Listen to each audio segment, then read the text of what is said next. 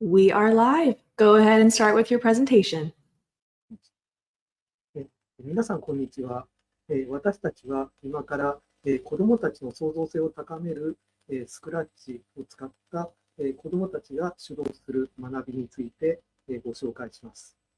私たちは青山学院大学の阿部和弘と石原淳也、横川浩二です。よろしくお願いします。お願いします。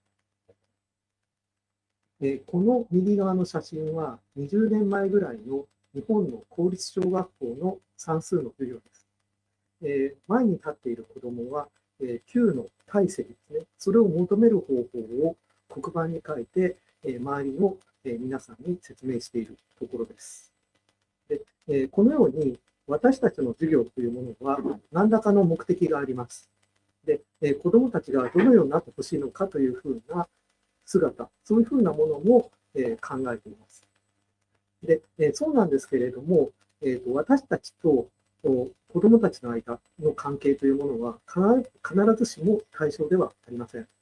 私たちが子どもたちを指導して、子どもたちはその授業を受けるというふうな、関係があるわけです。で子どもたちが本当にやりたいことと、それから、私たちが学んでほしいこと、それは必ずしも一致しないことがあります。このように、子どもたちが自主的に取り組んでいるような授業のように見えたとしても、それは避けることができないわけで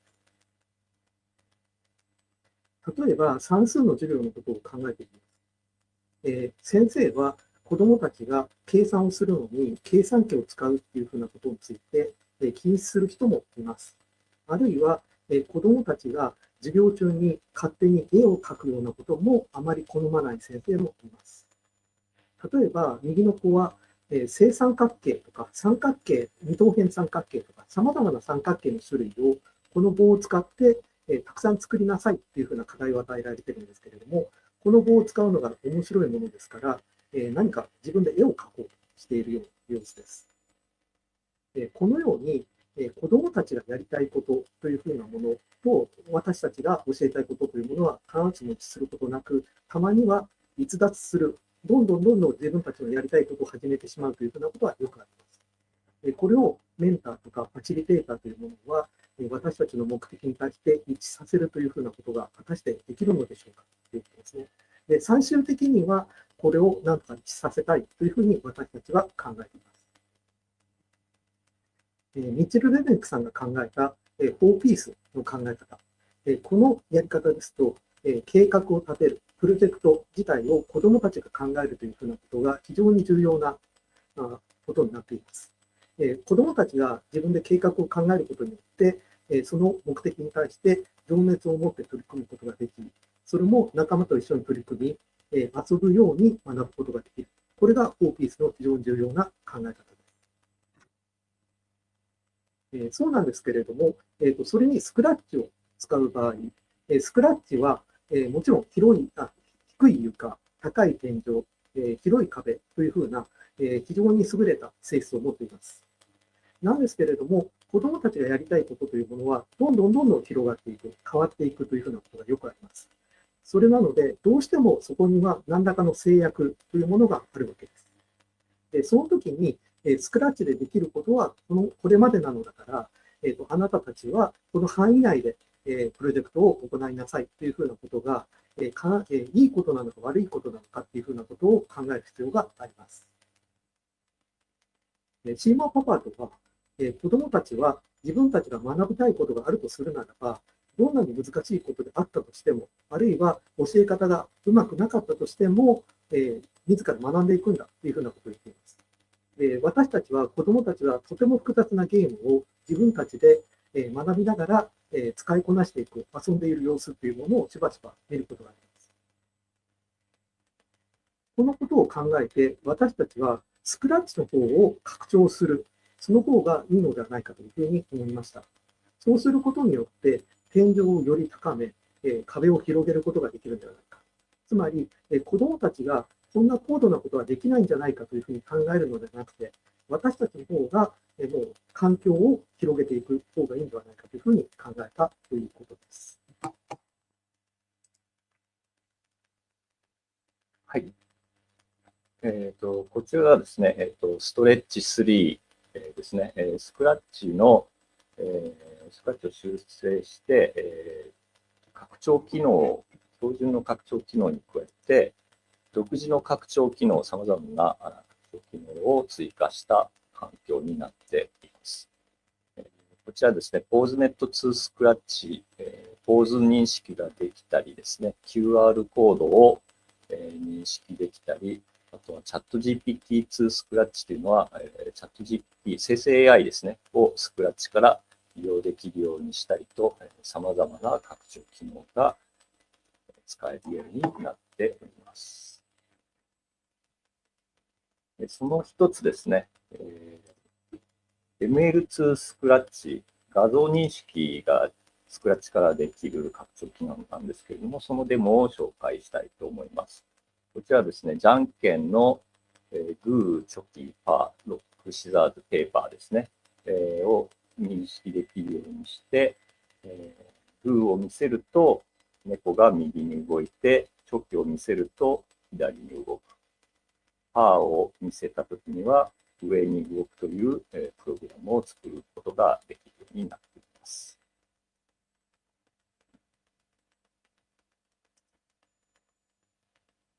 はい、これはストレッチ3に加わっているエクステンションの一つで、Arduinoを使うことができるブロックの紹介です。で、先ほどの ML2 スクラッチで顔認証、認識をして、それに従って、モーターで動く人形と、組み合わせて、ゲームを作ったという例です。で、これは大学生が、自分の作りたいゲームを、Arduino モーター、それから顔認証で、認識で作ったという壁を広げている例です。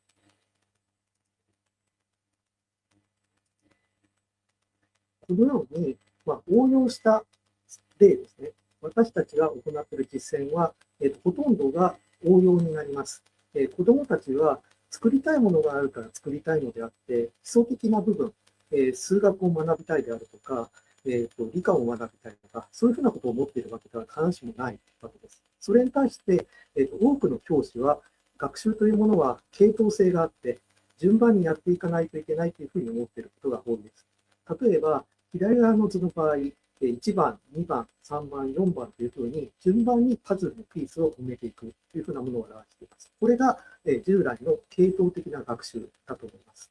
それに対して私たちは右側の図のようにパズルのピースというものは子どもたちの興味関心に従って徐々に埋められていくものだというふうに考えています。で、その場合、子どもたちが最終的にこのパズルが完成していればいいのであって、その順番とかはそれほど重視してないということですね。で、さらに言えば、一人で全てのパズルのピースを埋める必要もなくて、ピアーズ、仲間と一緒に完成させればいいのではないかというふうに考えています。で、このやり方を、ジグソー法と呼んで、三宅直美先生という方が提唱されています。私たちはこのような考えでスクラッチを拡張しているんですけれども、この方法を広く広めるために、日本の公共放送である NHK、それを使った番組作りも手伝っています。で、この Y プログラミングという番組は、日本の地上波ですね、普通のテレビで週に1回放送されています。で、全部で20回以上あるんですけれども、その中の4回分がストレッチ3、拡張機能を追加した内容になっています。で、さらに、テレビだけではなくて、インターネットを使って、自由に無料で見ることもできるようになっています。で、私たちがこのようにして行ったワークショップ、それはたくさんあるんですけれども、それを事例集として、インターネットで公開しています。右に URL を載せていますので、ぜひご覧になってみてください。私たちの研究所、青山クリエイティブラーニングラボラトリー、これ日本語で言いますと、つくまなラボとなっています。これは作るという日本語、クリエーション、それから学ぶという日本語、ラーニング、これを組み合わせて、つくまなラボというふうに呼んでいます。この後ですね、この中の、事例の一つ、ミシンを使ったニジンとスクラッチを組み合わせた刺繍のプログラミングのワークショップがありますので、ご興味のある方は、ぜひそちらの方もご覧になってください。ありがとうございました。はい。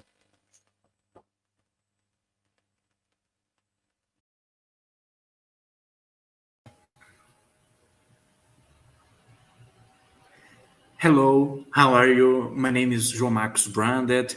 I am a teacher in a Secretaria de Educação Paraná, Brazil, and it's a pleasure to stay here. Now, I talk about empowering students through scratch, games for inclusion, sustainability, and astronomy. Let's go. What's your opinion about creative learning? Okay, when I talk about learning, it's very important to think about creating, experimenting, collaborating, and playing. Scratch as a space for creative expression and solving real world problems. Make a culture and project based learning as drivers of engagement. When I talk about games, it's very important to think about the constructionism. Learners understand best when building meaningful projects for themselves and others. Coding as a language for thinking, creating, and communicating ideas. Digital games as artifacts that give purpose and meaning to learning. And what's your opinion about inclusion and digital citizenship? It's very important to talk about Vygotsky, that talk about social mediation. Learning happens through interaction with others and with cultural tools. Teacher mediation and technology foster access, participation, and equity. Digital citizenship, developing ethical, critical, and responsible skills and digital space. And when I talk about sustainability and science education, it's very important to think what is sustainability education? Shaping active citizens who care for the planet. Games as powerful tools to share scientific knowledge like astronomy in playful and accessible ways. The intersection of science, technology, and social responsibility in education. And what's your opinion about games for inclusion? Games can bridge gaps in communication, access, and understanding. Inclusive games design gives voice to students with different learning needs. When students create games, they become agents of transformation. My students developed scratch games to teach basic and advanced science in Brazilian Sign Language, means Libras, and promote bilingual literacy for playful learning. And my students with autism created structured logic-based games with clear rules. We can see photos of my students in computer work about games in Scratch using Brazilian Sign Language for deaf students. Here we can an example using the name of the fruit banana in Brazilian Sign Language and the photo of right side, we can Super Mario, when the students create games about Portuguese language. Here, more about Brazilian Sign Language. Okay, now I talk about games for sustainability. My students created interactive games to teach recycling and proper waste disposal, pollution, and water conservation, renewable energy, and responsible consumption. And the games raised ecological awareness and encouraged sustainable habits. For games, students became environmental educators for their peers. Some games explored the importance of small scale farming and organic agriculture. Game narratives focus on caring for the earth, sustainable planting, and protecting biodiversity. Students connect technology to rural culture and environmental stewardship. Learning to code is also learning to care for life. Here is an example of my students that work about importance of flowers and tree. Here, other example about the importance to recycling in the beach. Line of computer, tablets, and others. And now I am going to talk about games for astronomy. Students developed games to teach astronomy concepts such as solar system navigation, phase of the moon and eclipses, space missions, and planetary facts. These games were designed especially for children in low-income communities, using visual and interactive storytelling to make science fun and accessible. We bring the stars closer to those who can't see them in textbooks. Students built an Android app using Kotlin that works both online and offline. The app functions as a game library giving children in low connectivity region access to education Scratch games. Topics include science, inclusion, sustainability, and language learning. One app, many voices, coding for access, equity, and imagination. This is an example of a game in Scratch about exoplanets. More games for astronomy about lighting rocket ship. And this is other example about the different moons and phase of the moon. And this is another example of spaceborne survival and rocket ship, rock stars. And this is another example about the alien and the world of life. Here, the students test and play our games. And it's very important through creative coding with Scratch and mobile app development, students became active creators of educational research for diverse audience.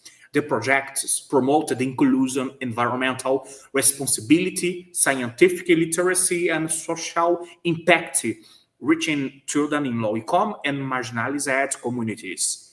Game-based learning opened spaces for voice, agents, and belonging in education. This journal shows that with the right tools and guidance, every student can code, create, and experience change. And what's your opinion about the games for inclusion.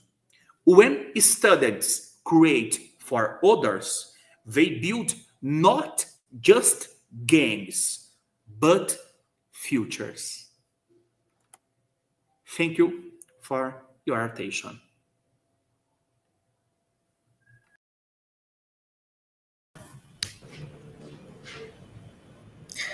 Hi, good evening. This is Priyanka from India and Shruti. We are here today, bridging tradition and technology.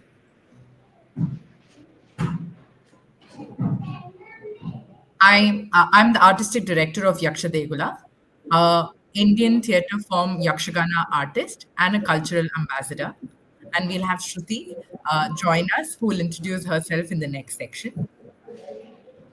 I would like to ask what is common between a king, a demon, and a code. The next 8 minutes is what you will discover what's the common thread between all of these. Today, we will take you through our project on Yakshagana. But what is Yakshagana? Yakshagana is a traditional theater form of Karnataka. It is 800 years old and it has been passed on from generations to generations orally. Yaksha Degula is our organization founded by K. Mohan. And over the last four decades, Yaksha Degula has worked extensively in promoting Yakshagana and other art forms in India. In India, the STEM education is on rise. We are home to thousands of art forms which carry a lot of tradition, ancient knowledge, and history. But because of the globalization and modernization, a lot of Indians have taken lesser and lesser interest in art, which has led to a lot of art forms dying and some at the verge of extinction. Yakshagana is one such art form which has taken to the route of extinction. So we thought, what can culture do with coding to make its comeback? And that's when we got introduced to Scratch, which gave us a spark and hope make art more accessible and more reachable beyond borders. Can you imagine this? A student performing on stage can now perform these epics and stories through a code and with just on the tip of the fingers. Yes, that's when tradition meets technology. Hello everyone, I am Shruti. I've been an educator for the last 7 years in India's public education system, and it's my interest in art and art in education that got me to collaborate with Priyanka on this project. So let's unpack what this project really was. Bringing an art form to scratch was a handshake that excited us, and both Priyanka and I got reconnected to the same art form in a very different and meaningful way. So, how did it happen and what did it take? Our goal was to get students to experience, understand, and appreciate Yakshgana. That's what it was. And hence, the immediate step for us was to identify what is it that makes Yakshgana, what are those elements in this art form that distinguish it from the other art forms, and most importantly, when we want children to think of Yakshgana, what is it that we want them to remember? And that is where our whiteboarding began. Since Priyanka mentioned that she herself is an Yakshagana artist, you would think that just this journey was straightforward, but it wasn't. We spent a month talking to various different artists, most of them obviously known to Priyanka, and watching their performances, reading upon the history of art form. As Priyanka mentioned, that it's an old art form that exists, and in doing that, we answered the questions that I just posed before. And this gave us a structure for our Yakshagana performance that we wanted to build on scratch with students.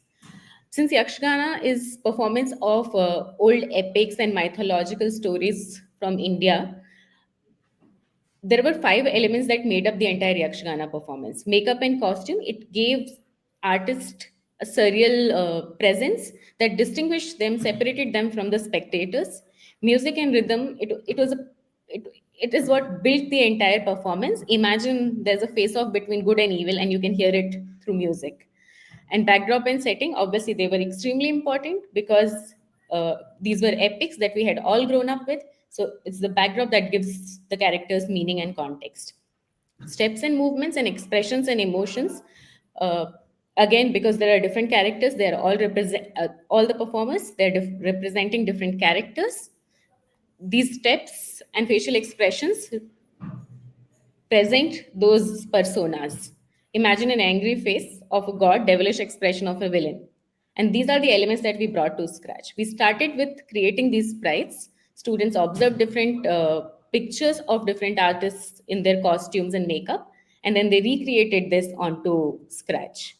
Then we went on to movements and expressions. That's where students started coding joyous face, angry face, fearful expressions, and they started choreographing short dance sequences onto Scratch.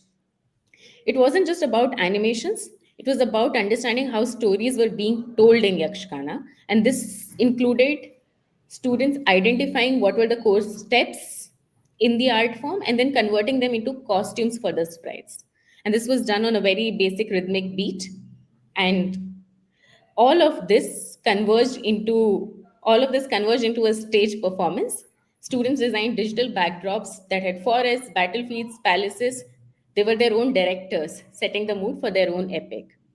What blew our mind was the appreciation for the art form children displayed and the creativity that they showcased. They were enthusiastic, they could unpack what goes in a performance, and they were coming up with new ideas. Amongst them, we saw different conversations on, which block to use to animate which dance movement, which step, what music to put, what should the say block be saying, and many such discussions. And it wasn't just the students who were very excited about the performance, it was also the parents and the teachers. One of the parents said that she has never seen her child so happy. When Priyanka and I reflected on this, yeah, person watched the video.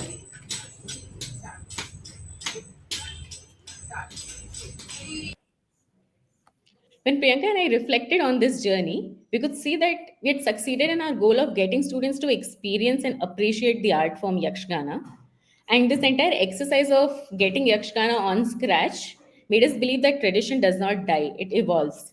And that bringing an indigenous performing art to scratch is an effective and effective way of getting students experience arts and aesthetics along with logical, critical, and creative thinking.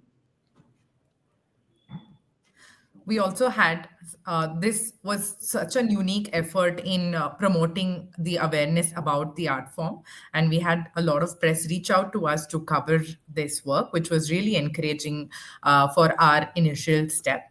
The journey so far has been we've conducted 4 pilots with one art form reaching 100 students. We've been working with other artists from 4 different art forms to create such similar work in the different art forms. And the highlights, like already Shruti mentioned, the curiosity, the expression, the access not being barrier, because a lot of children might not like to dance, but definitely coding has opened up a door for them to explore dancing in a very different way, which also instills a sense of pride. Like with highlights, we also had a few challenges. The mindset shift, a lot of artists were hesitant. They're saying you're diluting the art form. It took us a lot of work and convincing to tell them that this is one step addition and complementing to your efforts on stage and not something to block away the tradition. And storyboarding of the art forms weren't easy. We thought recreating some of these is very easy, but it took a lot of roadblocks for us to design some of this. And curriculum refinement and bridging the digital divide. Again, we saw a lot of children from different classes finding it difficult to access technology and the way they were comfortable with technology. And what we have ahead is, like I said, 4 art forms. We have almost completed the curriculum for all of the 4 art forms. We want to reach new learners beyond borders. Again, some of these art forms get restricted to the regions they originate from. So another goal is to really reach out to communities outside the regions of practice. and build a community of practice which connects artists, educators, and technology, making learning truly holistic from all angles. So if you want to know more about this, please do reach out to us. We can share our handbook and the curriculum that we've created with you if you would like to try your hands on Indian art forms. Thank you. Thank you.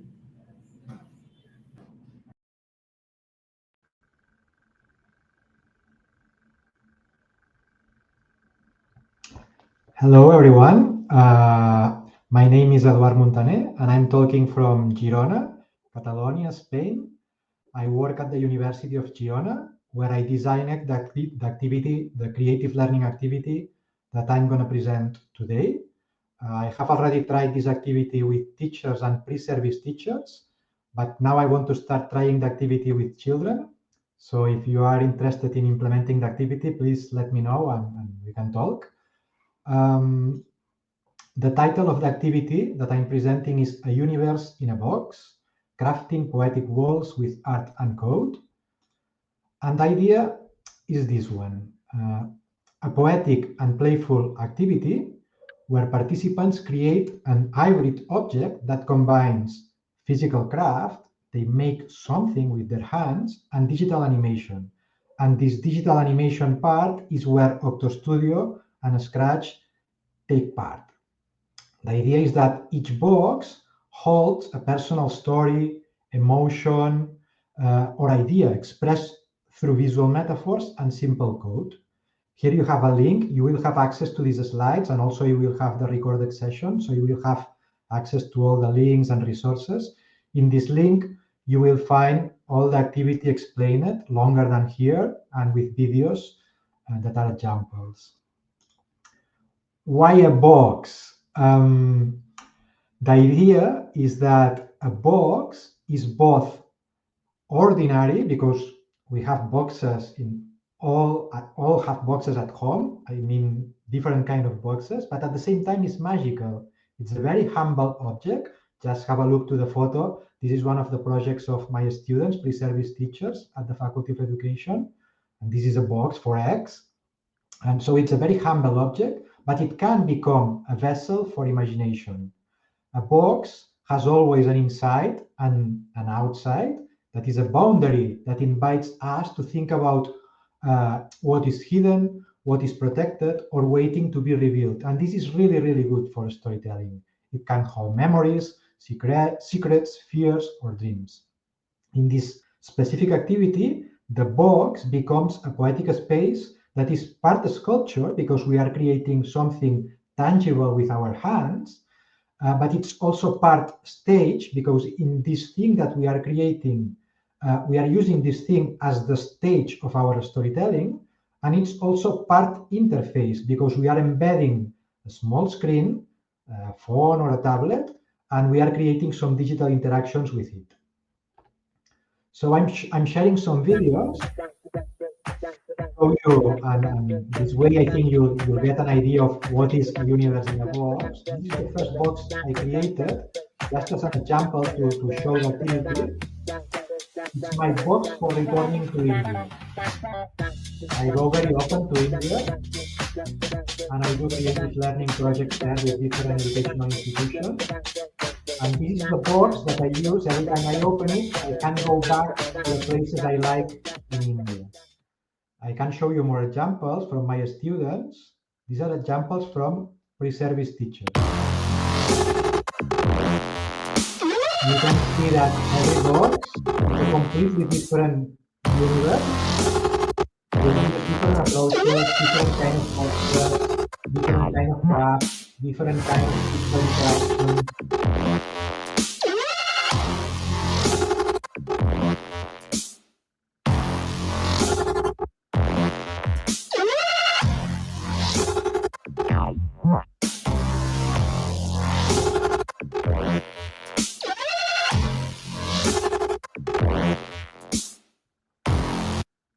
So I think that with this, you get an idea of what I mean when I say a universe in a box.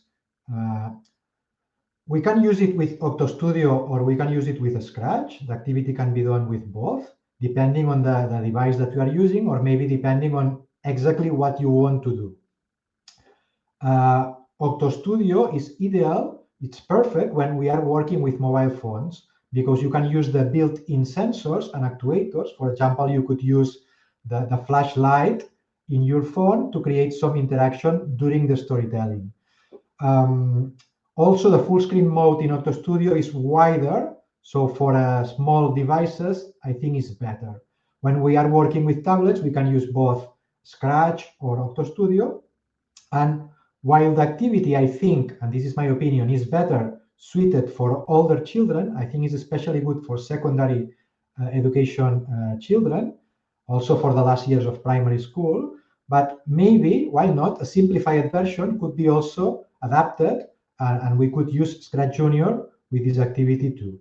Maybe with a more guided activity or making more sessions. Why I think poetry is important in this activity? I think poetry, in fact, is at the heart of this activity. Maybe not in the form of verses or rhymes or writing, but through the use of metaphors, symbols, and visual language to express the emotions and abstract ideas. When we try to foster this kind of metaphorical thinking, for example, if we are creating a box for courage, a box for unsaid words, a box to remember, we are really opening the door to deeper reflection and personal storytelling. What do we need to run a universe in a box, the activity? First of all, it can be done individual or in small groups, 2-3 participants. I think if we are working with secondary school students, it's better to do it individual. I usually design activities for teams, but in this case, I think it's very powerful to express yourself in an individual way. Ages from 8 years old upwards, but as I said before, it could be also adapted for younger children. How many sessions do we need? This is, it depends of many things, but here I'm saying from 3 to 5 sessions of 60 to 90 minutes. Why these sessions? Because we need to do many things. We have to think about what we want to express. So we have to think about the metaphors, the narrative. We have to create the box. We have to decorate the box. We have to create the coding, the digital interactions, the animations. We have to synchronize the tangible part with the digital part, and then we have to share all this with others. So we have to do many things, and I think it's better to do it with 3 to 5 sessions. Previous knowledge, you don't need coding experience, but of course, it's very logical. If you have some basic knowledge about the Scratch or OctoStudio, the activity will go faster. Digital tools that you need, OctoStudio, Scratch, or a Scratch Junior, as mentioned.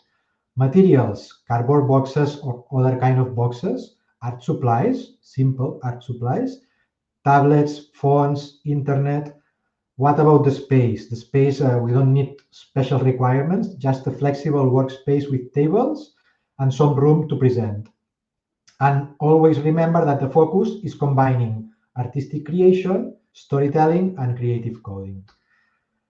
Phases of the activity, the stages. So first we have to give some inspiration. So show poetic boxes, spark ideas, then give some time to the children to concept, to imagine, to create the metaphors, some time for making the box physical, some time for coding, some time for integrating the physical part with the digital part, and some time for sharing with others.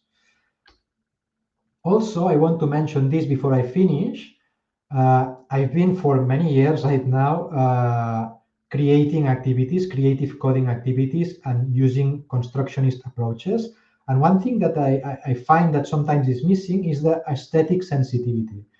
But beauty and harmony and emotional resonance matter deeply. And when I designed this activity, I had this in mind. So with the teachers and pre-service educators that have already done this activity, I use some surveys to do a little research. These results are very preliminary, but a little research about what they think about this.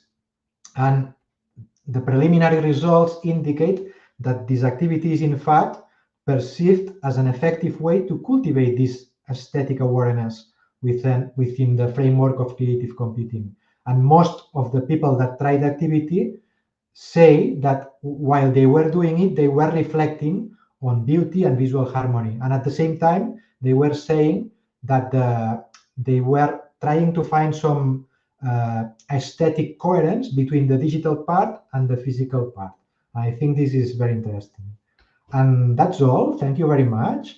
If you are an educator, if you are a teacher, and you want to try this activity with children, please let me know. Here you have my email, and you also have a QR code that you will find in the slides. As I said, you will have access to these slides, and you can contact me and we can talk.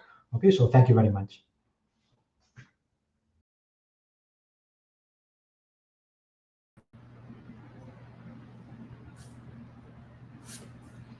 Hello, everybody. My name is Nikita Khalid, and I am a Senior Manager of Research with the Scratch Foundation, and I'm really happy to be here to speak to you all about some research that we've been conducting over the last year and a half or so. And this research has also been a part, or actually, the majority of this presentation is a part of my dissertation work that was completed last semester. So again, I'm Nikita Khalid, and I'm really happy to speak to you all about this. I hope you enjoy the presentation.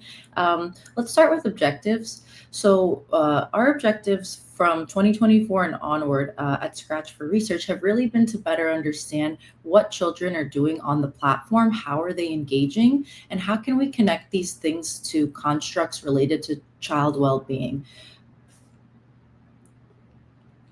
So here are 3 main research questions that guided this study specifically. We incorporated the RITEC 8 framework, and of those 8 constructs of well-being, we pulled out 4. Those would have been autonomy, competence, creativity, and relationships. And we wanted to know how those 4 constructs were reflected on Scratch. Using those data points on our platform, we also had the question of what are typical Scratch user profiles? What are kids doing? Do they fall into specific categories? Are there similarities between them across countries, ages, and genders? And that is also why we took a look at how those user profiles differ, and if they do differ by children's age, gender, and country of origin. Here's just a little chart that kind of tries to describe what the construct was on the left-hand side, and then which data point we took a look at on the Scratch platform that was related to that construct. So for example, if you take a look at things like relationships, we'd like to know how many projects are being shared. Or if we wanted to take a look at perhaps autonomy, we looked at whether or not users were engaging in spaces like studios. Were they hosting studios? Or are they curating anything? Creativity was a really big part of this as well. We wanted to know what the variety of different blocks they might have used. Are they uploading their own images to projects? Things of that nature. So we took all those data points, and we also pulled a really large sample of children from a variety of different countries. This is just a chart that describes the distribution of their ages. So we know that Scratch is typically used by kids ages 8 to 16, even though there are younger and older kids on the platform. The average age was 12 years old for our sample. Here's a pie chart on gender. So majority were male. Others were also female. We had other categories such as non-binary and other kids that didn't want to select a gender or an other category.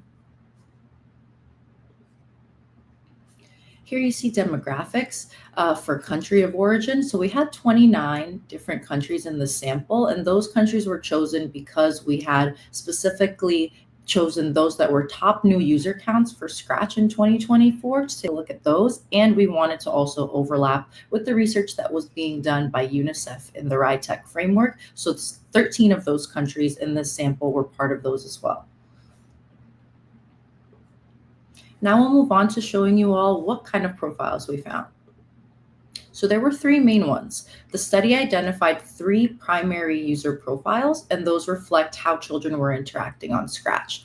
We found that 37% of our sample of about 18,000 kids were coding creators. And that means that they were focused on building more complex original projects, and they had some sophisticated code and multimedia elements. The second profile were social creators. So Scratch is a really social platform, and we found that many kids on the platform thrived on that community interaction by doing things like sharing, commenting, curating studios, and remixing others' projects. So we had about 10% of our sample identified as social creators. And then lastly, a really big section was remix heavy contributors. So those children blended not only remix culture, but they also created projects, collaborated among one another, and built their skills in that way. Those were about 53% of the sample. And the next slide just shows the three profiles and their varying variables on where these kids were kind of falling in their behaviors on the platform. So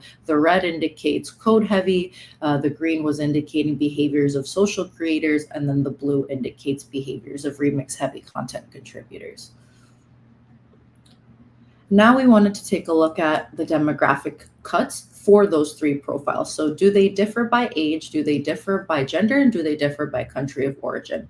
This first slide shows you age and profile membership. So what we found here was that the older the scratchers were, the more social that they were. And you see that through those green bars in the middle. So the most social kind of peaked around age 12. And that makes sense because that was the average age for the kids on the platform. So those would particularly be the children that are interacting with one another. We also found that older users were lower in likelihood to remix or be remix creators, and the younger users were higher in likelihood to be remix creators. And remixes do have a lot of scaffolding because they're not starting from scratch, they're starting from a different Scratchers project, which allows them to kind of build their knowledge, and it would make sense that the younger children would need a bit more scaffolding, while the older children created from scratch, heavy coding, advanced coding, and multimedia elements, and that's why you see those red bars indicating coding heavy for the older children. We also took a look at gender and profile membership. So we found here that boys are more likely to be social than girls. There are more of them on the platform, so that may be a reason as to why. Non-binary kids are even more likely to be social. They were 160% more likely to be social than others. And kids who don't disclose their gender at all were also more likely to be social. So the finding here is that girls are the least social of all the categories on the platform. And then for country and profile membership, these are all the 29 countries that we involved in the study. We found here that countries like Japan, the United States, the United Kingdom, and Pakistan had significantly higher odds of being social. Kids in Bulgaria and the United States also showed a higher presence of contributing to remix-heavy contributors profile. And then we also found that in the Czech Republic, Italy, Poland, Spain, and Taiwan, those children leaned more heavily toward coding heavy creator profile membership. So all this to say, we did all these analyses, we looked at all the different variables and relationships by demographics. So what do we do with this information? So here are some design implications of the research that was done. We found that there were fewer social creators, and that really indicates a need for more accessible collaborative tools and more visible and inclusive community spaces. Studios were not heavily used in comparison to other features like sharing and remixing. So there's a need there for some improved studio visibility and search functionality, perhaps, and a need to foster perhaps a mentorship culture among the beginner and experienced scratchers so that they can feel comfortable in curating and managing studios. We also found fewer girls on the platform. We can benefit there from mentorship opportunities for girls so they can find their community spaces and have more opportunities to share their work and feel more comfortable to do so.